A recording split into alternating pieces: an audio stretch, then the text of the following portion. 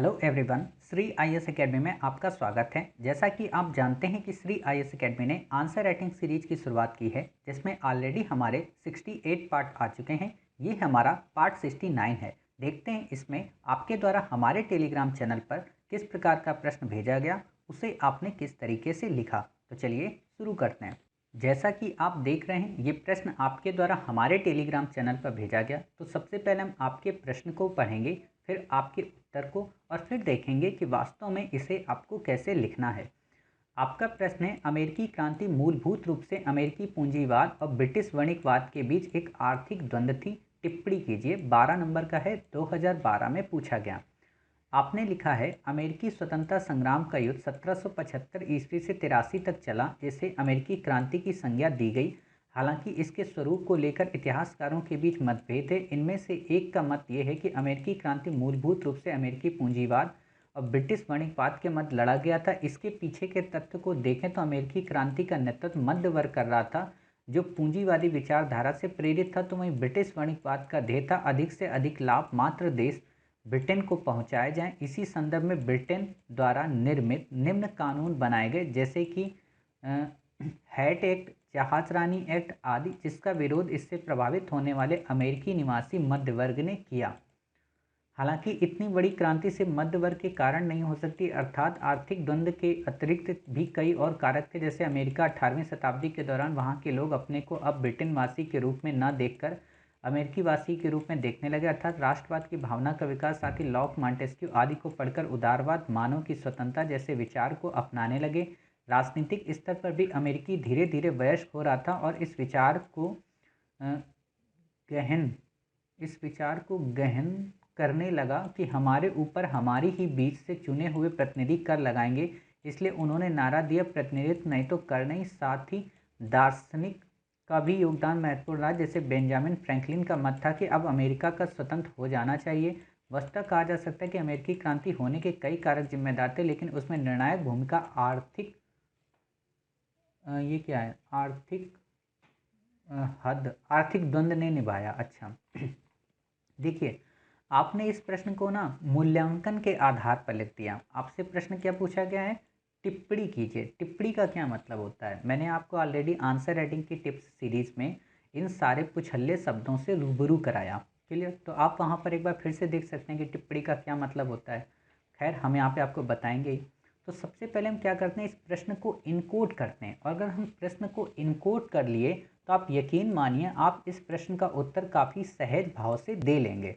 जैसे इनकोड जब हम करते हैं तो हमें क्या पता चलता है, अमेरिकी क्रांति की बात कर रहा है और कह रहा है कि मूलभूत रूप से ये अमेरिकी पूंजीवाद और ब्रिटिश वणिकवाद के बीच एक आर्थिक द्वंद्व थी। क्लियर? और इस पे आपको टिप्पणी करनी है। आपने ये ठीक बताया कि वास्तव में अमेरिका की क्रांति के कारण को लेकर आपने यहाँ प्रगति बताई है। अमेरिका की क्रांति के कारण को लेकर कई सारे हिस्टोरियंस के बीच मतभेद है, ठीक है, लेकिन आपको यहाँ पे डायरेक्ट शुरू करना है। क्यों? अब डायरेक्ट शुरू करने के पीछे कारण क्या है? एक तो आपसे 12 नंबर का ये प्रश्न पूछा है, ठीक है, और 2012 में पूछा। 12 नंबर के प्रश्न का मतलब है कि लगभग 175 शब्द। क्लियर? अब 175 शब्दों में अगर आप सब कुछ लिख दोगे तो फिर प्रश्न में मज़ा नहीं आएगा। समझ गए? आप क्या करो कि आप बस ऊपर से स्टार्ट करो और ये बताओ कि इतिहासकारों के मध्य अमेरिका क्रांति को लेकर मतभेद है, जिसमें एक वर्ग का मानना है कि ये ब्रिटिश वाणिज्यवाद और अमेरिकी पूंजीवाद के बीच एक आर्थिक द्वंद्व थी, जिसके अंतर्गत वो क्या कहते हैं। क्लियर? अब आप यहाँ पे अगर वाणिज्यवाद का मतलब आप समझा पाए, आप अमेरिकी पूंजीवाद का मतलब समझा पाए, तो आप इस प्रश्न के उत्तर को लिख लेंगे। और जब आप वाणिज्यवाद की बात कर रहे होंगे, जब आप अमेरिकी पूंजीवाद की बात कर रहे होंगे तो आप इसमें तथ्य देंगे और तर्क देंगे। तथ्य क्या देंगे कि ब्रिटेन के द्वारा वो कानून कौन से लाए गए, जैसे नौ संचालन कानून जो था, औद्योगिक अधिनियम जो कानून था, जो व्यापारिक अधिनियम कानून था, वो बताएंगे। साथ ही आप ये बताएंगे कि ये कानून तो ठीक थे, लेकिन इन कानूनों के कारण ये विरोध नहीं हुआ। विरोध तब शुरू हुआ जब जॉर्ज तृतीय के शासनकाल में ब्रिटिश के प्रधानमंत्री ग्रैनविल ने काफ़ी कठोर तरीके से पॉलिसीज अपनाई, अर्थात इन्हीं कानूनों को काफ़ी कठोर रवैये से अपनाया और प्रत्यक्ष कर को प्रमोट किया। और जब प्रत्यक्ष कर को या डायरेक्ट टैक्स को जब प्रमोट किया तो उसमें उसने 2 कानून और लागू कर दिए। वो कौन से? शुगर एक्ट और स्टाम्प एक्ट। क्लियर? अभी हम आपको बता रहे हैं, बाकी बाद में हम आपको पूरा एक फ्रेम देंगे इसका। अभी बस हम आपको पॉइंट बता रहे हैं कि इसमें आने कौन कौन से पॉइंट चाहिए। तो आप बताओगे कि शुगर एक्ट और स्टाम्प एक्ट। अब शुगर एक्ट और स्टाम्प एक्ट ने ये जो पुराने एक्ट थे उनको लेकर भी मतभेद उत्पन्न कर दिया। मतलब कि पहले लोगों को लग रहा था चलो ठीक है 3-4 एक्ट आ गए हैं, औद्योगिक अधिनियम, व्यापारिक नियम और नौ संचालन, इनसे हमें कोई इफेक्ट नहीं पड़ेगा। बट जब सरकार नहीं मानी और एग्रेशन में और एक्ट ले आई तो उसका विरोध हुआ। और विरोध इसलिए भी हुआ कि शुगर एक्ट एक ऐसा एक्ट था जिससे ना तो वो चीनी मोल ले सकते थे क्योंकि उस पर भी टैक्स बढ़ गया था, और ना ही वो सीरा बना सकते थे। बेसिकली ये दोनों रम के लिए उपयोगी होते थे, जिससे ये लोग रम को बेचते थे यूरोप के अन्य देशों में। अब वो जब दोनों इनकी क्रियाविधि रुक गई तो वहाँ की जनता की जो इकोनॉमी है वो पूरी तरह से बाधित हो गई। और इस इकोनॉमी के एक फैक्टर ने उन क्रांति के युगदूतों के साथ में मिलकर अमेरिका की क्रांति को संचालित कर दिया। अब जो क्रांति के युगदूत थे उनकी अलग अलग मांगें थी, जैसे वैचारिक कारण भी उसमें थे। फिर आप देखोगे उसमें उस समय की सामाजिक परिस्थितियां भी ऐसी थी, यानी कि फिर आप कई सारे और फीचर बता दोगे। क्लियर? और जब आप ये सारी चीज़ें बता दोगे तो जाते जाते आप फिर अंत में जब निष्कर्ष दोगे तो निष्कर्ष आप ऐसे दे दोगे कि उपयुक्त बातों से ये तो स्पष्ट है कि आर्थिक द्वंद्व एक प्रमुख कारण था, लेकिन स्मरणीय हो कि वयस्क होते उपनिवेश में अमेरिका की क्रांति एक अवश्यंभावी घटना थी। समझ गए? आप ऐसे लिख सकते हो, अर्थात आप अगले आने वाले एक प्रश्न को उसमें निष्कर्ष के तौर पे उपयोग में ला सकते हो। समझ गए? अब आप लोगों को लग रहा होगा सर इसको बता दीजिए वणिकवाद क्या होता है और पूंजीवाद क्या होता है। पूंजीवाद का क्या मतलब है? पूंजीवाद जब आप पढ़ते हुए एडम स्मिथ के शब्दों में, ऑलरेडी हमने इसकी एक क्वेश्चन सॉल्व भी किया था जिसमें मार्क्सवाद के वैज्ञानिक द्वंद्ववाद की हमने काफ़ी अच्छी विश्लेषण किया था।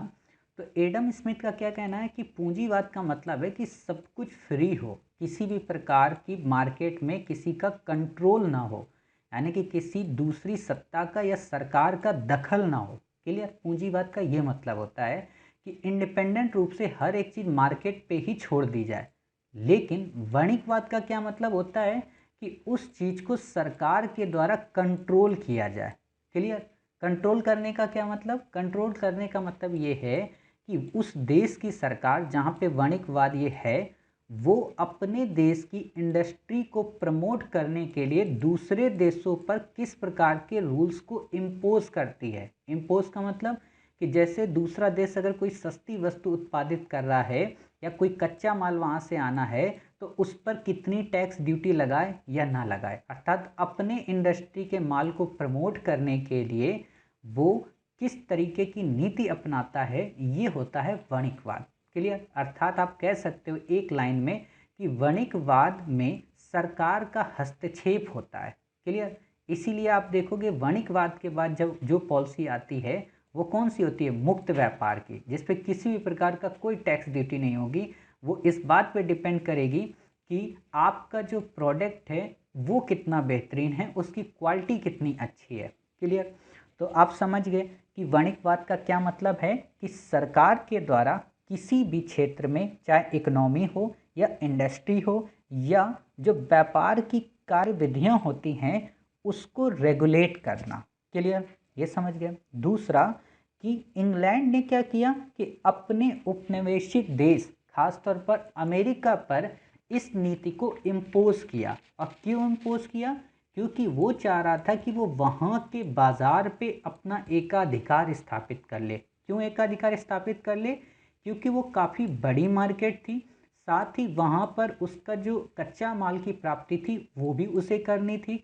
और कच्चा माल की प्राप्ति इसलिए भी करनी थी क्योंकि इसके यहाँ इंडस्ट्री रेवोल्यूशन हो रही थी। क्लियर? तो ये सारी चीज़ों ने इसको इंस्पायर किया। इसीलिए आप देखोगे कि 1651 में ये नौ संचालन कानून लेकर आता है, साथ ही देखोगे व्यापारिक अधिनियम लेके आता है, औद्योगिक अधिनियम लेके आता है। तो ये सब क्या होते हैं? नौ संचालन के अंतर्गत ये क्या करते हैं कि ये कहते हैं कि अमेरिका या किसी भी औपनिवेशिक देश के द्वारा अगर कोई माल मंगाना है किसी दूसरे देश से तो वो सारे देश पहले हम इंग्लैंड के बंदरगाह पर आएंगे और उन इंग्लैंड के बंदरगाह पर आकर वहाँ के अधिकारी उसे चेक करेंगे और ये डिसाइड करेंगे कि ये माल फला दूसरे देश में जाना है। समझ गए? अर्थात एक तरीके से आप कह सकते हो कि हाजिरी लगाना। जैसे आप मुग़ल सत्ता जब पढ़ते हो ना, तो उसमें आप लास्ट में पढ़ते हो कि कैसे कई सारे जो क्षेत्रीय राजवंश थे वो स्वतंत्र हो गए, खासतौर पर बंगाल को लेकर। तो वो क्या करता था, हाजिरी लगाने चले जाते थे मुर्शीद कुली खां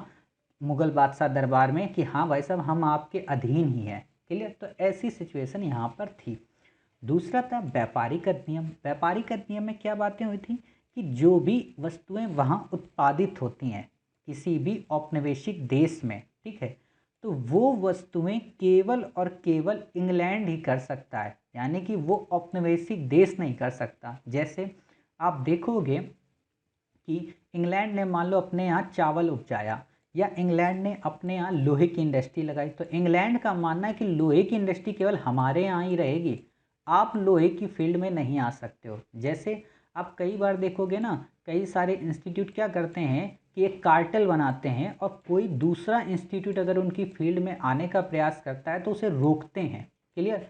कई बार उस पर साइबर अटैक्स होंगे, कई बार अलग तरीके की उसको धमकियाँ दी जाएंगी। तो ये किस लिए कि आप या तो हमारे संस्थान में आकर पढ़ाने लगो या तो फिर आप अपना संस्थान बंद कर दो। क्यों? क्योंकि उस संस्थान को हम चला रहे हैं और उस विषय को हम पढ़ा रहे हैं, तो आप उस विषय को छोड़कर किसी अन्य विषय को पढ़ाइए।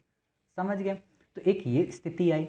तीसरा था औद्योगिक अधिनियम। औद्योगिक अधिनियम में क्या था, इसमें ये कहा गया कि जो भी माल इंग्लैंड बनाता है, अभी क्या था, जो उत्पादित करता है, औद्योगिक में क्या है कि जो भी माल इंग्लैंड के द्वारा बनाया जाएगा उस माल को कोई भी औपनिवेशिक देश नहीं बनाएगा या कोई भी उपनिवेश नहीं निर्मित करेगा। जैसे आप देखोगे कि इंग्लैंड में उस समय ऊनी वस्त्र बनते थे, ठीक, उनको रोका गया। इंग्लैंड में नहीं रोका गया, मतलब उपनिवेशों में रोका गया। इंग्लैंड में जैसे उस समय हैट का प्रचलन काफ़ी ज़्यादा था, टोपी का, ठीक, तो उस टोपी के निर्माण को भी रोक दिया गया। क्यों?